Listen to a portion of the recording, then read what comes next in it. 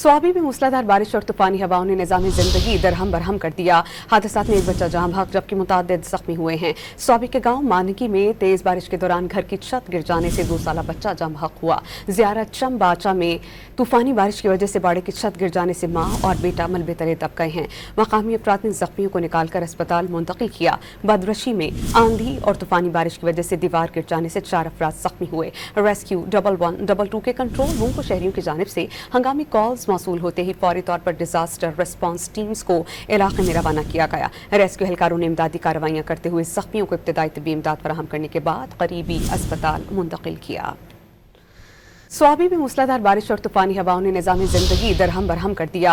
हादसात में एक बच्चा जहां भाग जबकि मुतअद्दिद जख्मी हुए हैं। स्वाबी के गांव मानकी में तेज बारिश के दौरान घर की छत गिर जाने से 2 साला बच्चा जहां भाग हुआ। ज़ियारत चमबाचा में तूफानी बारिश की वजह से बाड़े की छत गिर जाने से माँ और बेटा मलबे तले दब गए हैं। मकामी अफराद ने जख्मियों को निकालकर अस्पताल मुंतकिल किया। बदरशी में आंधी और तूफानी बारिश की वजह से दीवार गिर जाने से 4 अफराद जख्मी हुए। रेस्क्यू 1122 के कंट्रोल रूम को शहरियों की जानिब से हंगामी कॉल्स मौसूल होते ही फौरी तौर पर डिजास्टर रिस्पांस टीम्स को इलाके में रवाना किया गया। रेस्क्यू एहलकारों ने इमदादी कार्रवाइयां करते हुए जख्मियों को इब्तदाई तिब्बी इमदाद फराहम करने के बाद करीबी अस्पताल मुंतकिल किया।